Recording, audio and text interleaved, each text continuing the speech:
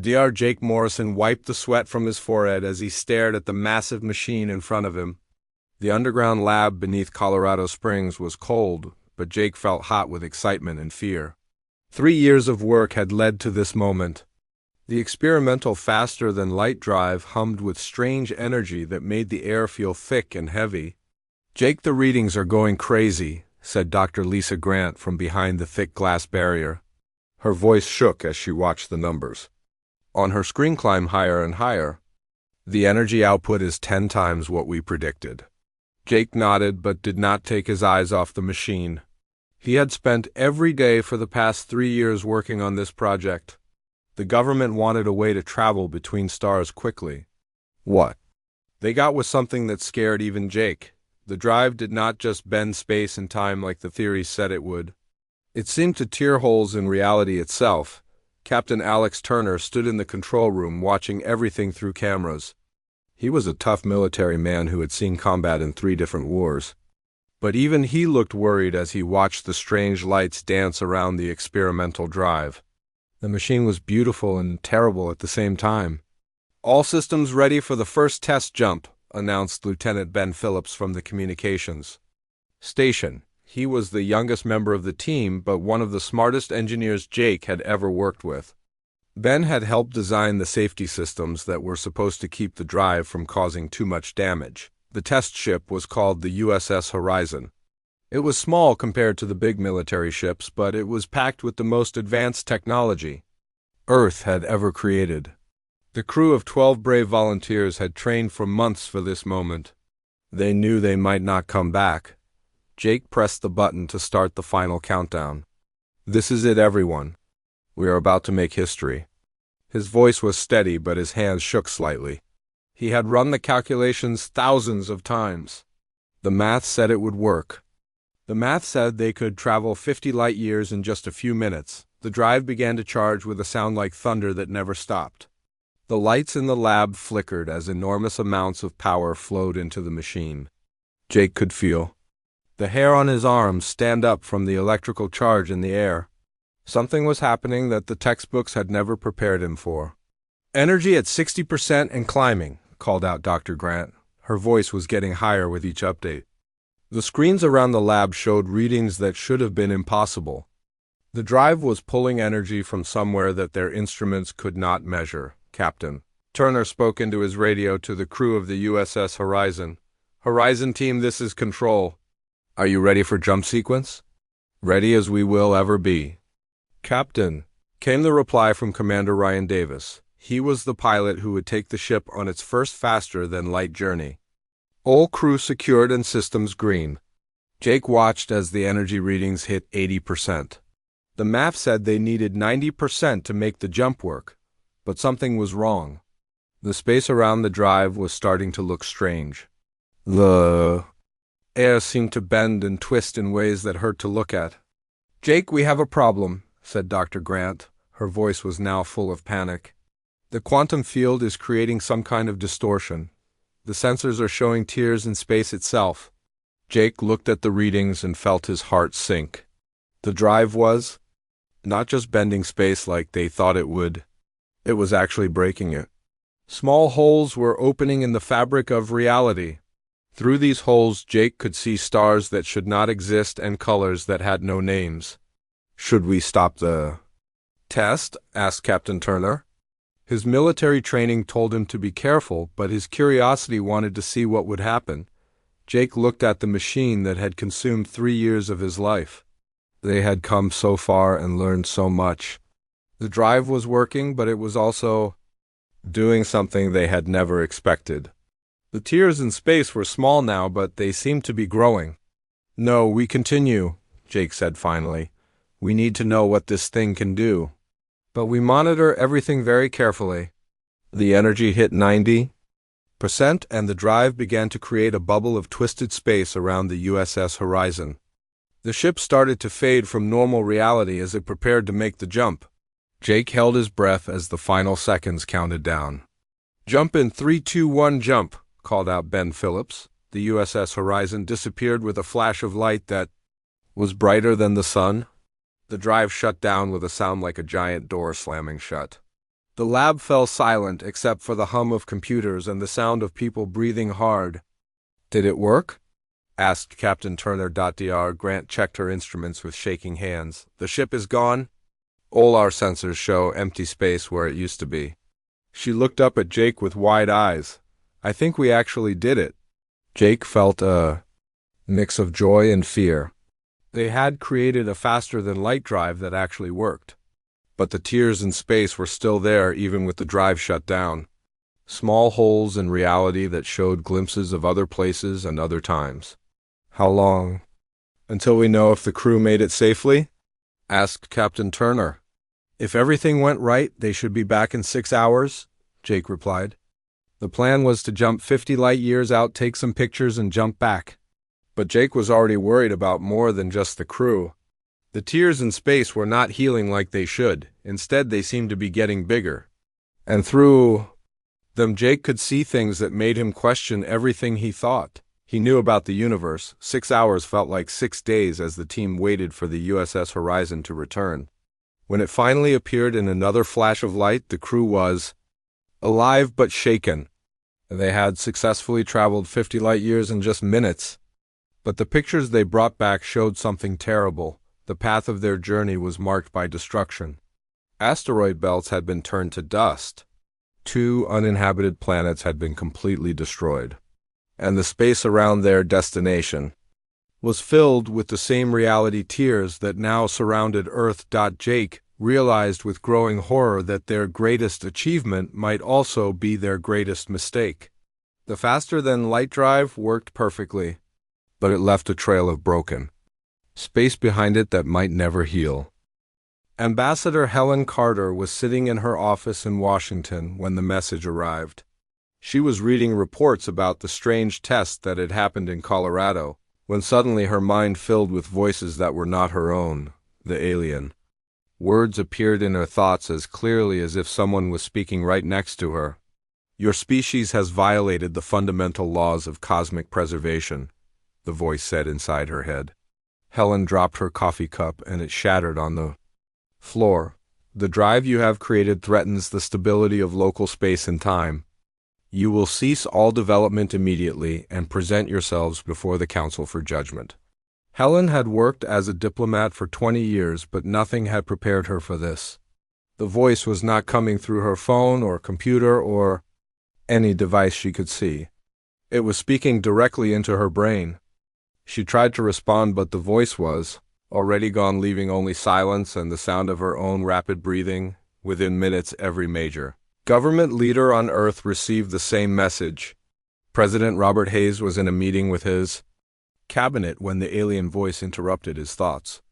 General Patricia Brooks was reviewing military reports when the words appeared in her mind. Dr. Jake Morrison was still in the underground lab when the message came to him as well. The panic was immediate and complete. Every leader thought they were going crazy until they started calling each other. The message was exactly the same for everyone. An unknown alien species had somehow bypassed every security system on Earth and spoken directly to the minds of key officials. "This is impossible," said General Brooks during the emergency video conference that President Hayes called within an hour. "No technology exists that can do what just happened to us." "The technology exists," said Dr. Morrison from his lab. His face was pale and his hands shook as he spoke. "We just never thought about it being used this way. If they can manipulate space and time, then they can probably manipulate brainwaves too." President Hayes looked older than his 60 years as he processed what was happening. "So we are dealing with an alien civilization that has technology far beyond our own, and they are angry about our faster-than-light drive." "Very angry," said Ambassador Carter. "The message was not a request, it was a demand. They want us to stop all work on the drive and present ourselves for judgment." The next few hours were filled with desperate discussions. Some leaders wanted to ignore the message and continue with the drive development. Others wanted to immediately destroy all research and hope the aliens would leave them alone. But everyone agreed on one thing. They needed to know more about what they were dealing with. Dr. Morrison worked with his team to analyze the quantum signatures left behind by the alien message. What they found was even more frightening than the message itself. The aliens had not just sent a mental communication. They had temporarily connected Earth to some kind of galactic network that linked thousands of worlds. The energy signature shows connections to at least 400 different star systems, Dr. Morrison reported to the Emergency Council. Whatever sent that message represents a civilization that spans most of the galaxy. Meanwhile, Ben Phillips and his engineering team were trying to understand how the faster-than-light drive had attracted alien attention. The tears in space that the drive created were not healing as they had hoped. Instead, they were growing bigger and connecting to other tears in distant parts of the galaxy. "It is like we poked a hole in a balloon," Ben explained to the group. "But instead of air leaking out, we created a network of holes that goes everywhere."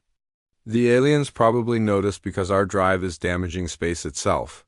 Dr. Lisa Grant had been studying the pictures that the USS Horizon brought back from its test flight. The destruction was worse than they had first thought. The path of the ship had left a trail of broken space that was slowly expanding. 2 whole solar systems had been thrown into chaos by the quantum tears. "We destroyed 2 uninhabited worlds," she reported with tears in her eyes. "And the damage is still spreading. At this rate, the destruction could reach inhabited systems within months." The weight of what they had done was crushing. Humanity had achieved faster-than-light travel, but at a cost that was too high to accept. They had not just built a new form of transportation. They had created a weapon that could destroy entire solar systems. General Brooks still argued for continuing the research. "We cannot let alien powers control our technological development," she said during one heated discussion. "This drive gives us the ability to explore the galaxy. With some modifications, we might be able to reduce the damage it causes." "With what modifications?" asked Dr. Morrison. "We do not even understand how the drive works completely. The quantum mechanics involved are beyond our current science. It could take us 100 years to develop safety systems." President Hayes made the hardest decision of his presidency. "We suspend all work on the faster-than-light drive effective immediately. We also begin preparing a response to the alien message. We need to find a way to communicate with them and explain our situation." But even as the official order went out to stop all research, several secret facilities continued their work. Some military leaders believed that the drive was too important to abandon. They moved their research to hidden locations and continued trying to solve the safety problems. The alien message had given them no way to respond. There was no frequency to broadcast on and no coordinates to send signals to. Earth was completely cut off from the galactic civilization that had contacted them. All they could do was wait and hope that the aliens would make contact again. Dr. Morrison spent his days studying the quantum tears that still surrounded Earth. Each one was a window into distant parts of the galaxy. Through them he could see alien stars and strange nebulae that no human had ever observed. But he also saw the damage that their drive had caused spreading like a disease through space. "We have to find a way to fix this," he told his team. "The aliens are right to be angry. We have created something that could destroy the galaxy if left unchecked." The waiting was the hardest part. Every day that passed without contact from the aliens made the tension worse. World leaders jumped at every shadow and scientists worked frantically to find solutions to problems they barely understood. Then, exactly 72 hours after the first message, the aliens made contact again. This time they did not just send words into human minds. They sent something much more frightening. They sent themselves. The alien ship appeared at the edge of Earth's solar system like a city made of crystal and light. Every satellite and telescope on Earth turned to look at the massive vessel that was bigger than most mountains. The ship was beautiful and terrifying, at the same time with surfaces that seemed to change color and shape as people watched. Dr. Jake Morrison was still in his underground lab when the alerts started coming in. The alien vessel had disrupted every communication system on Earth just by existing. Radio signals were scrambled and satellite feeds showed nothing but static. Even the internet started having problems as the ship's presence interfered with electromagnetic fields. "My God," whispered Dr. Lisa Grant as she watched the live feed from the space station. "That thing is at least 50 kilometers long? And look at the energy readings. It is putting out more power than our entire civilization uses in a year." The ship did not move toward Earth, but it did not need to. Its presence was felt everywhere. The northern lights appeared in broad daylight, even in places where they had never been seen before. The ocean tides changed patterns, and sensitive people reported hearing strange music in their heads. President Robert Hayes gathered his emergency council in the deepest bunker under the White House. The room was supposed to be protected from any kind of attack, but everyone could feel the alien presence pressing down on them like a heavy weight. The air itself seemed different somehow. "Any communication from the ship?" asked President Hayes. "Nothing on any frequency we know," reported General Patricia Brooks. "But our psychics are reporting massive mental activity coming from the vessel. Whatever is on that ship is thinking very hard about something." Ambassador Helen Carter was studying the few clear images they had of the alien ship. The hull was covered in symbols that looked like writing but also like mathematical equations. The whole vessel seemed to be one giant piece of technology that was far beyond anything humans could build. "The ship is old," she said quietly. "Look at the wear patterns on the hull. This thing has been traveling between stars for thousands of years, maybe longer. We are dealing with a civilization that has been spacefaring since before human civilization even existed." Then, without warning, the alien appeared in the United Nations Assembly Hall. One moment the stage was empty, and the next moment there was a being that was unlike anything anyone had ever seen. It was tall and thin, with skin that seemed to be made of light itself. Its shape kept changing slightly, as if it could not decide what form to take. The alien spoke without moving its mouth. Its voice came from everywhere at once and filled the minds of everyone in the room. "I am Council Speaker Vextara. I represent the Galactic Council of 412 member species. You will listen and you will obey." President Hayes stood up slowly. His legs felt weak, but he forced himself to show strength. "We are honored by your presence. We wish to discuss the situation with our faster-than-light drive. We did not know that other species existed, and we certainly did not intend to cause any harm." Vexthara's form shifted to become more solid and more intimidating. "Your intentions are irrelevant. Your species has created a weapon disguised as transportation. The quantum fracture drive violates the Treaty of Cosmic Preservation.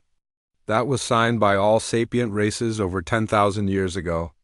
"We never signed any treaty," said Ambassador Carter. "We did not even know that other intelligent species existed until 3 days ago." "Ignorance is not absolution," replied Vexthara. The alien's voice carried anger that was older than human. "Civilization, your drive has already begun a cascade effect that threatens 17 star systems. We have seen this before. Entire civilizations have been consumed by similar technologies."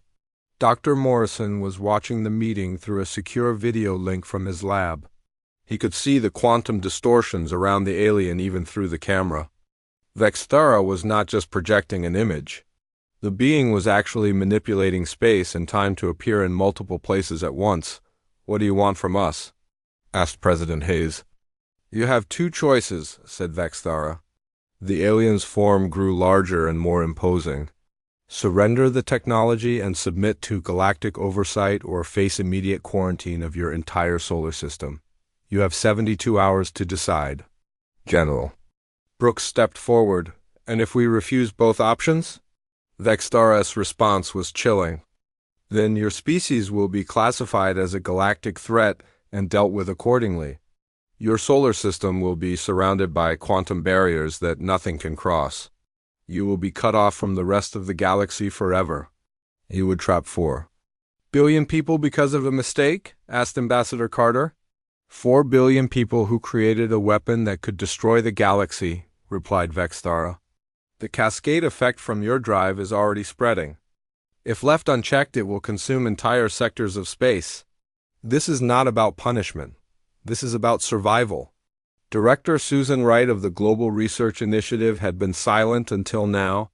She was one of the few people who truly understood the science behind the faster-than-light drive. Speaker Vexthara, what if we told you that we might be able to reverse the damage? Our scientists have been studying the quantum fractures and we think there might be a way to repair them. The alien's form flickered with what might have been. Surprise! No species has ever successfully reversed cascade damage. The quantum fractures always spread until they consume everything in their path. But we created this particular cascade, said Dr. Morrison through the video link. We understand the specific frequency patterns involved. With the right calculations, we might be able to create a controlled implosion that would collapse the fractures. Vexthara was quiet for a long moment. The silence stretched on until people started shifting uncomfortably in their seats. Finally, the alien spoke again. You would risk making the damage worse rather than accept our judgment? We would risk everything to fix our mistake, said President Hayes. That is what humans do. We take responsibility for our actions. This is precisely the reckless behavior that proves your species is unfit for galactic citizenship, replied Vexthara. But very well. You have 72 hours to present your solution to the Council. If your plan fails or if we determine that it is too dangerous, then the quarantine will be immediate and permanent. The alien began to fade from the assembly hall. Do not mistake our patience for weakness. The Council has destroyed entire civilizations to prevent cascade events. We will not hesitate to do so again if necessary. As Vexthara disappeared, the weight in the air lifted slightly. But everyone knew that the real pressure was just beginning. Humanity had 72 hours to solve a problem that had destroyed civilizations far more advanced than their own. With only 48 hours left before the Council's deadline, a new voice joined the desperate search for answers. Dr. Amy Foster had been working alone in her small laboratory at MIT when the crisis began. She was a theoretical physicist who had been rejected from the original faster-than-light drive project because her ideas were considered too dangerous. I told them 3 years ago that quantum fracture technology would create cascade failures, she said as she burst into the emergency meeting at the Pentagon. But nobody wanted to listen because my solution seemed impossible. President Robert Hayes looked at the young woman who had just interrupted the most important meeting in human history. Dr. Foster, what exactly are you proposing? Amy spread her research papers across the conference table. The equations covered dozens of pages and looked like no mathematics anyone had ever seen before. Instead of trying to contain the quantum fractures, we need to use them. The cascade effect follows predictable patterns based on the original fracture point. If we can create a precisely controlled implosion at the source, we might be able to reverse the entire process. Dr. Jake Morrison studied the papers with growing amazement. This is brilliant, but it would require using the faster-than-light drive. One more time, and the energy requirements would be enormous? Not just enormous, said Amy. It would require every bit of power the drive can produce focused into a single point. The ship carrying the drive would have to fly directly into the heart of the original fracture zone and detonate the quantum field from the inside. General Patricia Brooks understood the implications immediately. You are talking about a suicide mission. Whoever pilots that ship will not be coming back. The mathematics are clear, Amy replied. The implosion has to happen from inside the fracture zone or it will not work. But if we can pull it off, the cascade effect should reverse itself and heal all the damaged space. The room fell silent as everyone processed what they were hearing. Humanity's only hope of avoiding galactic quarantine was to sacrifice their greatest technological achievement and probably the crew that would carry it out. Dr. Lisa Grant had been studying Amy's equations during the discussion. The theory is sound, but we would need to modify the drive significantly. We would have to remove all the safety systems and let it overload completely. The explosion would be visible from Earth even at 50 light-years distance. Captain Ryan Davis had been quiet throughout the meeting. He was the pilot who had successfully commanded the USS Horizon during the first test flight. Now he stepped forward with determination in his eyes. I will fly the mission. The USS Horizon is already configured for the quantum drive, and my crew knows the systems better than anyone. Ryan, this is not a test flight, said Dr. Morrison. This is a one-way trip into the most dangerous region of space that has ever existed. I know, replied Captain Davis. But if we do not try, then humanity will be trapped in this solar system forever. That is not acceptable. President Hayes made the decision that would determine humanity's fate. We proceed with Dr. Foster's plan. But we need volunteers, not orders, for this mission. Nobody will be forced to go. Within hours, 12 of the most experienced space pilots on Earth had volunteered for the mission. The USS Horizon was quickly modified with Amy's new quantum implosion device. The ship's engines were pushed far beyond their normal limits and all safety systems were removed. Meanwhile, the Galactic Council's ship maintained its position at the edge of the solar system. Long-range sensors showed that more Council vessels were arriving every few hours. The alien fleet was growing larger and more threatening with each passing moment. Speaker Vextara appeared in the UN Assembly Hall again as the mission preparations continued. The alien's form was more solid now, and its anger was clearly visible. We are detecting energy signatures from your planet that suggest continued work on the fracture drive. You were ordered to cease all development immediately. Ambassador. Helen Carter faced the alien representative with as much dignity as she could manage. We are not developing the drive further. We are preparing to destroy it completely in an attempt to repair the damage we have caused.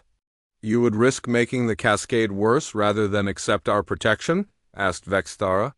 This is the reckless thinking that makes your species dangerous.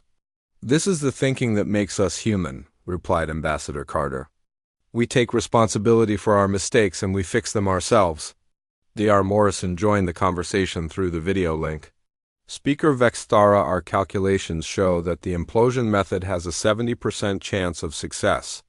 If it works, all the quantum fractures will collapse and the damaged space will heal itself. And if it fails, asked the alien, then the cascade effect will accelerate and spread faster than ever before, admitted Dr. Morrison. But if we do nothing, the result will be the same. The fractures are already growing beyond our ability to contain them. Vextara's form flickered with what might have been consideration.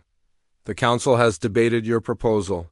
Some members believe that your species should be given the chance to prove itself. Others believe that you are too dangerous to be trusted. With such power, what do you believe? Asked President Hayes. I believe that your species is young and foolish, replied Vextara. But I also believe that wisdom sometimes comes from making mistakes and learning from them. The Council will permit your attempt, but we will be ready to implement the quarantine if you fail. The USS Horizon launched from Earth 18 hours before the Council's deadline. Captain Davis and his crew of 11 volunteers knew they were probably flying to their deaths, but they also knew they were humanity's only hope. The ship carried Amy's quantum implosion device and enough power to either save the galaxy or destroy it completely. As the ship disappeared into faster than light. Travel the world held its breath. The fate of humanity now rested in the hands of 12 people flying directly into the heart of broken space itself. The success or failure of their mission would determine whether humanity joined the galactic community or remained forever isolated among the stars. Dr. Morrison watched the ship's progress through the quantum monitoring systems. The USS Horizon was flying through regions of space where the normal laws of physics no longer applied. Reality itself was twisted and broken in ways that made navigation almost impossible. They are approaching the fracture zone, he reported to the emergency. Council, God help them all.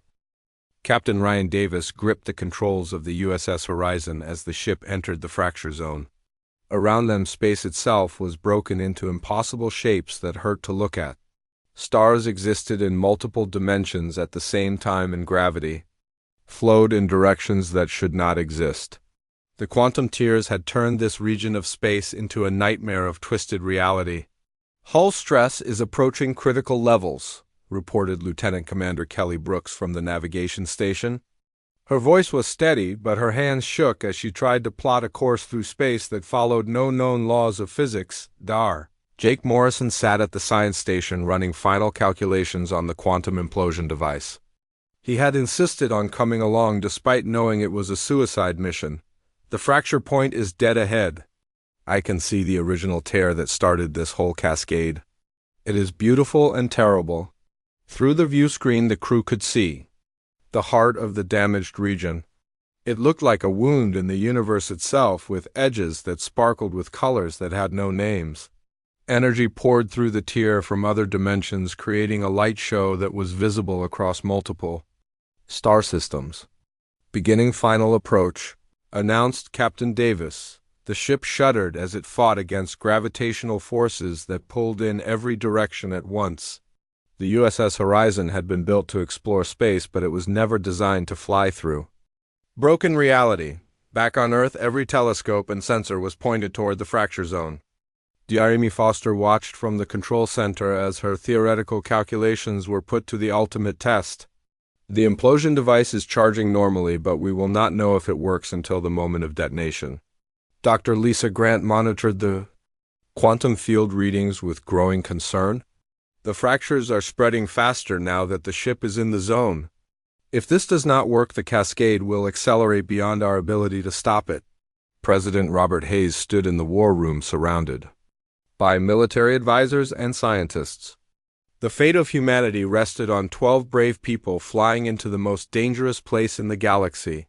How long until they reached the detonation point?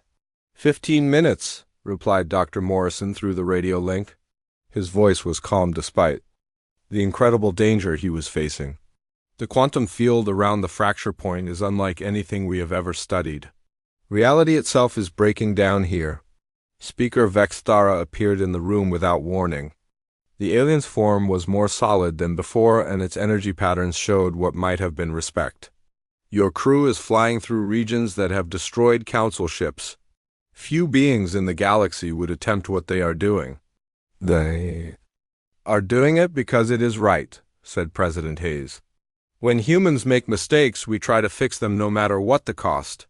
The USS Horizon fought its way through the final approach to the fracture point. The ship's hull groaned under stresses that no material was designed to handle. Lightning made of pure quantum energy danced across the view screen as dimensions collapsed and expanded around them. Initiating final sequence, announced Dr. Morrison.